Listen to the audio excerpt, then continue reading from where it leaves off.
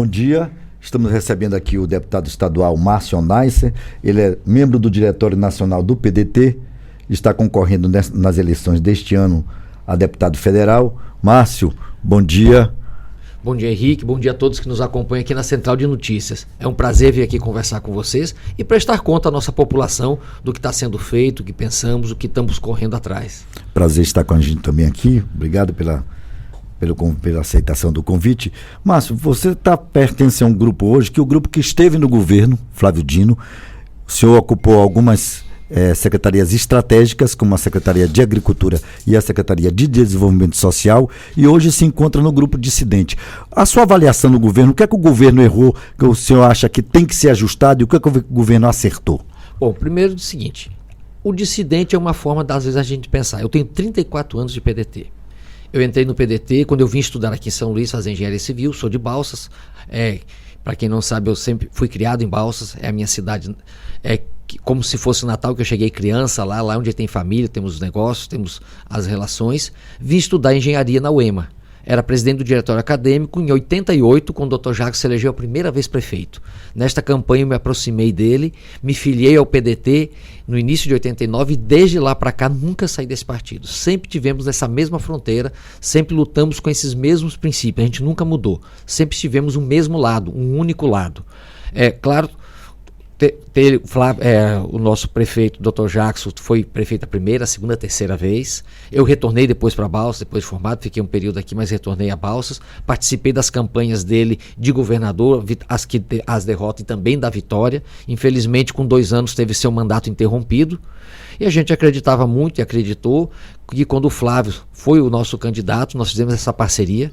Todo mundo sabe da aliança e da relação que tinha. Inclusive, o PDT iria indicar o vice-governador na época, e por um acordo momentâneo e da circunstância política local, nós abrimos mão, porque o PSDB exigia a indicação do vice para ter o apoio do PSDB, que era um partido com muito tempo de televisão, que tinha o Aécio como um candidato muito forte à presidência, tanto é que houve a diferença muito pequena dele para Dilma naquele período. E para o projeto político local é importante todo mundo estar unido, né?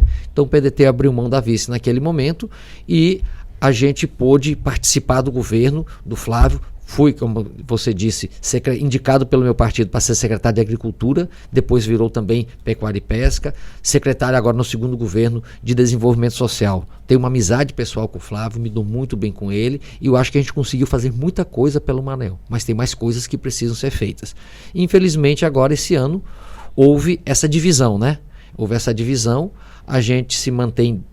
Nunca quisemos ter essa disputa, essa divisão, a gente pregava, o Flávio deu critérios numa carta de quais seriam os critérios para os pré-candidatos poderem se viabilizar.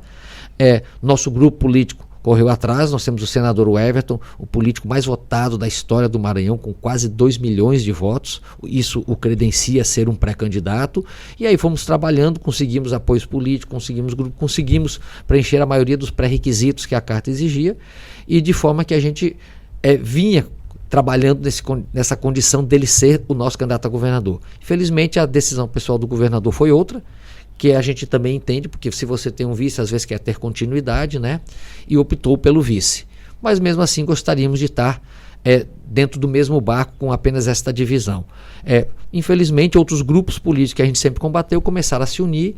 A gente vê a fotografia do atual governo trazendo pessoas que a política já tinha afastado, e isso eu acho que não vai muito contra o que a gente pensa. De forma que eu digo assim, nós não mudamos de lado, nós não somos dissidentes, nós estamos sempre dentro do mesmo projeto. O PDT sempre teve uma linha, foi o único partido que nunca na sua história se aliou ao grupo que dominava, o grupo que o Flávio defendia, que iria combater. Nós somos o único grupo que nunca esteve aliado a ele. Quando eu falei sobre erros e acertos do governo, que o senhor respondeu aí sobre a participação do seu grupo no governo, porque quando a gente recorre aos indicadores, os indicadores não apontam uma grande transformação do Estado no cenário de 2014 para 2022. A gente vê que, por exemplo, no índice de pobreza, um grande, elevado índice até de inclusão de pessoas, que houve isso aí também no cenário nacional. Então, o senhor acha que o governo estadual não foi possível fazer essa transformação pelas políticas públicas do governo estadual? Olha, se fez muita coisa, se avançou bastante, foi um governo austero, um governo que avançou em várias áreas. Mas realmente, na inclusão das pessoas no mercado de trabalho, faltou aqui, digamos, a industrialização, a potencialização dos nossos eixos de economia, que nós temos aqui principalmente no setor agropecuário, o grande potencial econômico, a gente fortalecer cada vez mais, criar aí essas cadeias produtivas, verticalizar elas, investir mais no turismo para que se fortalecesse. Eu sei que nós temos aqui um detalhe que foge do nosso alcance, que foi a pandemia. Realmente 2 anos de pandemia atrapalha todo um planejamento, mas não é só por ela. Realmente todos nós falhamos em não conseguir fazer esse salto. Nesse momento eu fui secretário de assistência social, de desenvolvimento social, que tem dentro dela a assistência social, que foi fundamental nesse período da pandemia. A gente sabe que a saúde estava na linha de frente, combatendo, segurando, mas ao lado da saúde tinha assistência social. Aumentou muito o número de desempregados, aumentou muito o preço dos produtos, caiu demais a renda das famílias e muita gente, mas muita gente entrou em situação de vulnerabilidade e risco. Então nossa pasta foi fundamental, uma pasta que é humana, uma pasta que cuida de gente, que ajuda as pessoas, ela foi fundamental. E a gente conseguiu fazer um bom trabalho neste momento. Triplicamos os restaurantes populares, conseguimos lançar o Vale Gás, o programa Cuidar, que ajuda as crianças que ficaram órfãos de Covid. Avançamos muito na tarifa social da energia elétrica. É um programa federal, mas nós fizemos aqui uma grande campanha, uma busca ativa e conseguimos triplicar o número. Eram 350 mil casas com a tarifa social, nós ampliamos para mais de 1 milhão de casas, em parceria com a própria Equatorial, com a FAMEM, com as prefeituras, conseguimos nesse trabalho beneficiar aí mais de 1 milhão de residências hoje com a tarifa social da energia. Conseguimos levar o programa Mais Renda, que hoje são mais de 3 mil pequenos empreendedores que estão hoje trabalhando no mercado de trabalho, como costureira, como cabeleireira, como manicure, como pessoas na linha da alimentação, podendo sobreviver porque tiveram esse apoio. E assim muitas outras ações que a gente fez. O Banco de Alimentos, que veio ajudar muito nesse período, né? Produtos que eram jogados fora, desperdiçados, hoje vão para o Banco de Alimentos, são processados, são selecionados e vão aí para mais de 50 entidades cadastradas aqui na ilha que recebem esse produto. Aquilo que seria jogado fora, hoje vai para a mesa de quem precisa. O Maranhão tem assim, os maiores índices de famélicos, que tem um grande de insegurança alimentar, foi crescendo, porque em 2014 o cenário do país não era um cenário de insegurança como se tem hoje. Se tinha 70% de pessoas que estavam dentro da faixa de segurança alimentar. Hoje em dia isso aumentou. Daí a compensação de haver os restaurantes. Por isso a necessidade. Hoje você tem mais de 100. A gente conseguiu 150. triplicar. São mais de 100. Quando eu saí, deixei em contratação, estava andando, porque eu me afastei final de janeiro, início de fevereiro da Assembleia. Quanto isso vai parar? Quer dizer que o senhor acha essa uma curva ascendente que vai até quando?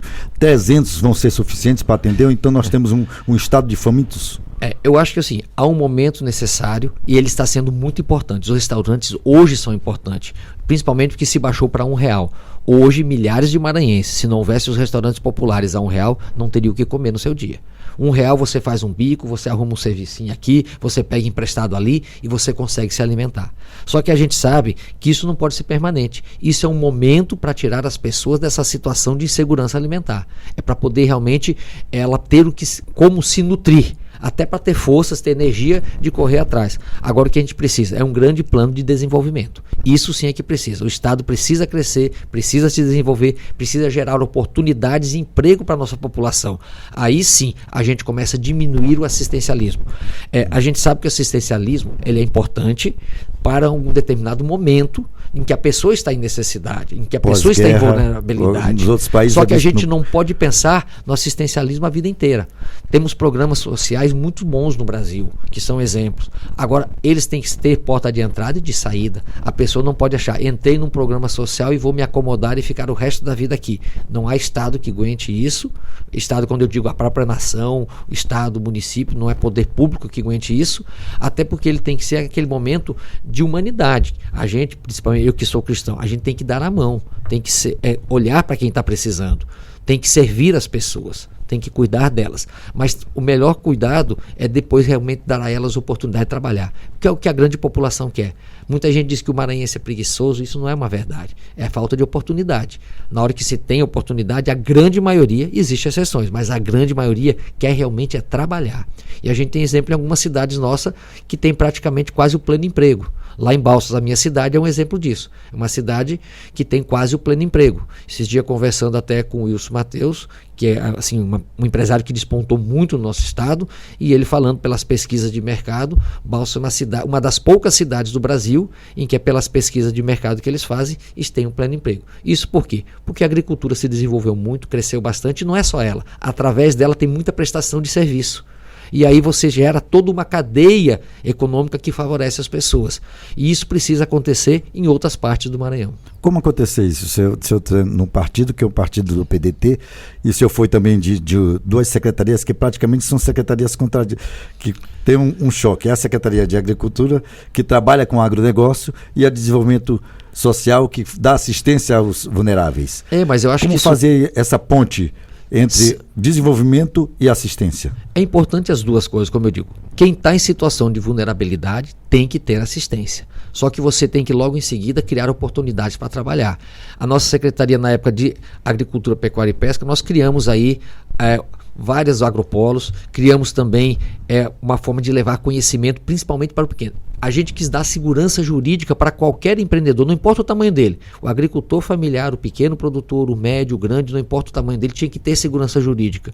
Então, não eram obras físicas, mas a gente conseguiu, através de leis, através de normativas, criar uma segurança jurídica para que as pessoas possam empreender, possam apostar na produção rural do Maranhão. Nós temos aqui muitas condições que poucos estados têm. Nós temos solo bom, nós temos sol, nós temos água.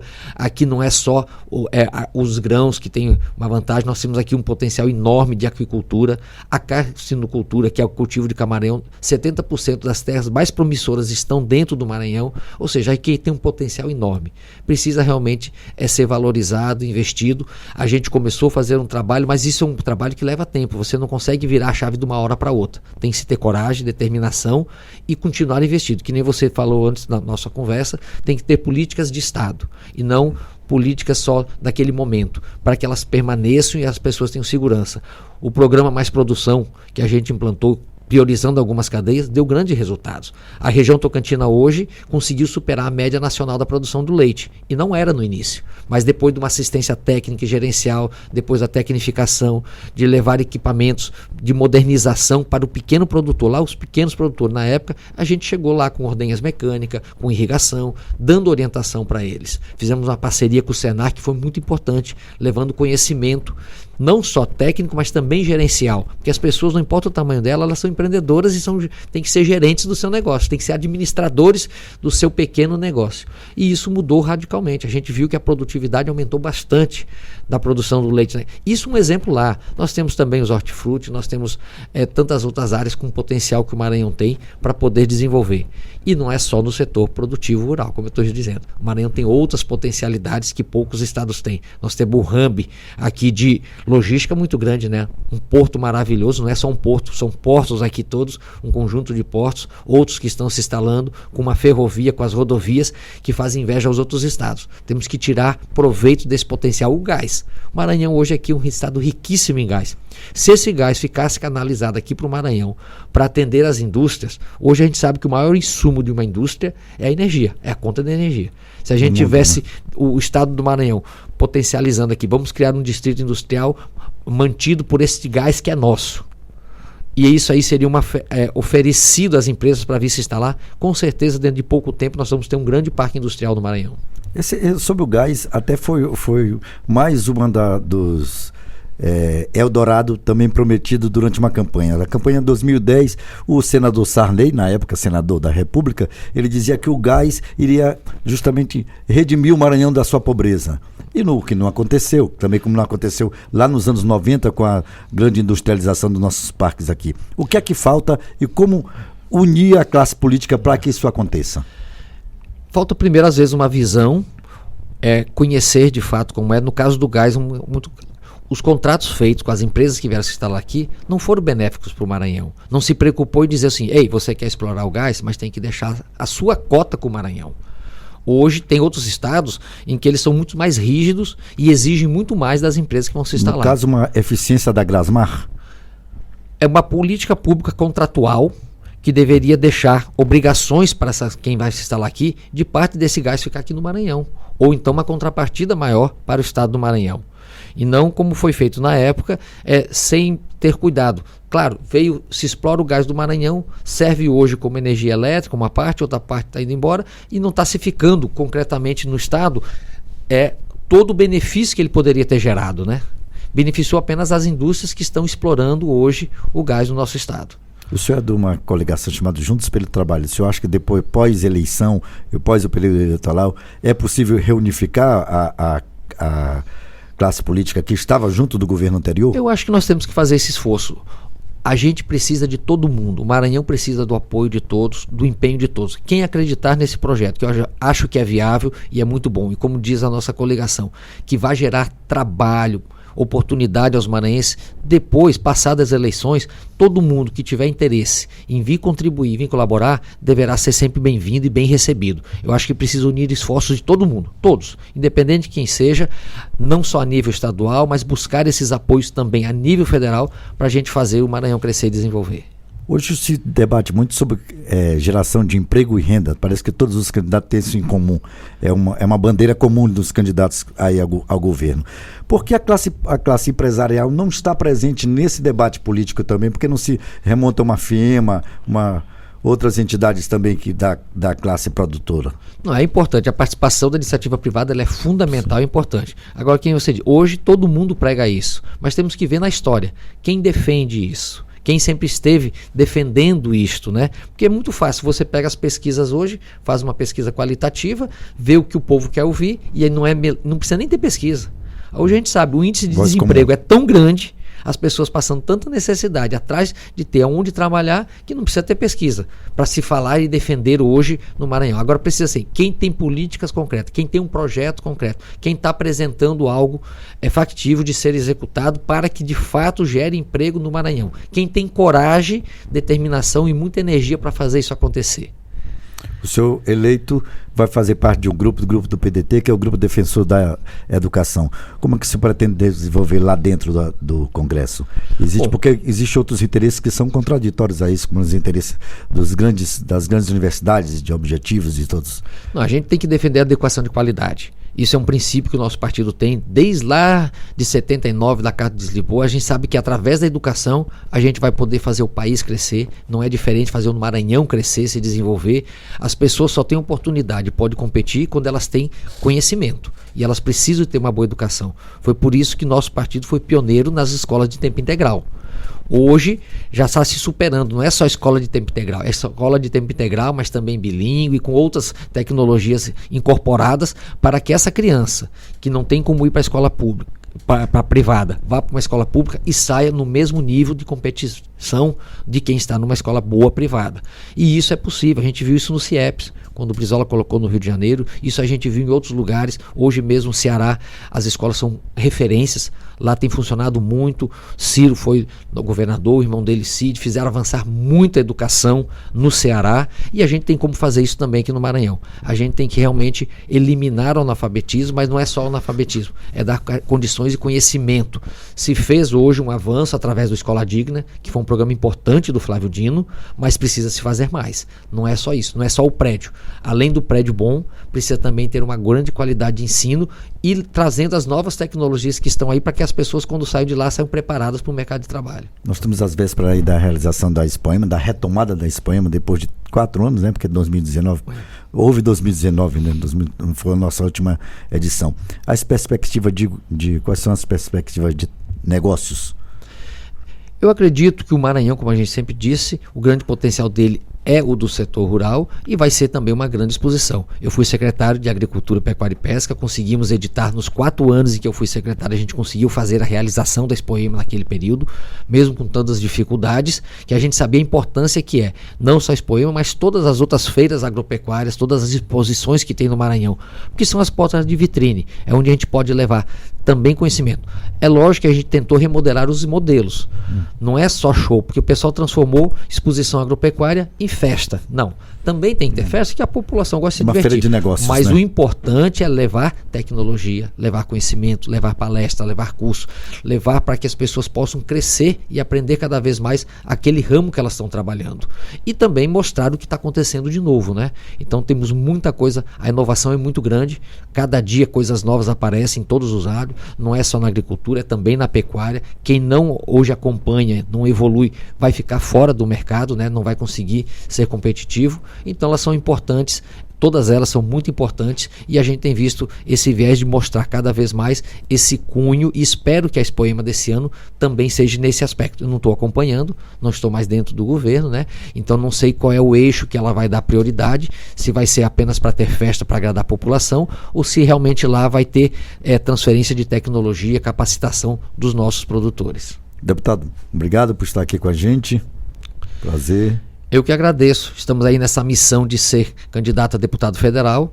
Espero poder, se assim for eleita, a população reconhecer o trabalho que a gente tem feito ao longo desses anos todos como militante, e também com a oportunidade que tive de ser secretário de Agricultura, secretário de Desenvolvimento Social e hoje deputado, a gente continuar cuidando, ajudando as pessoas e dando oportunidade a elas. Obrigado. Central de Notícias, Henrique Borges de São Luís.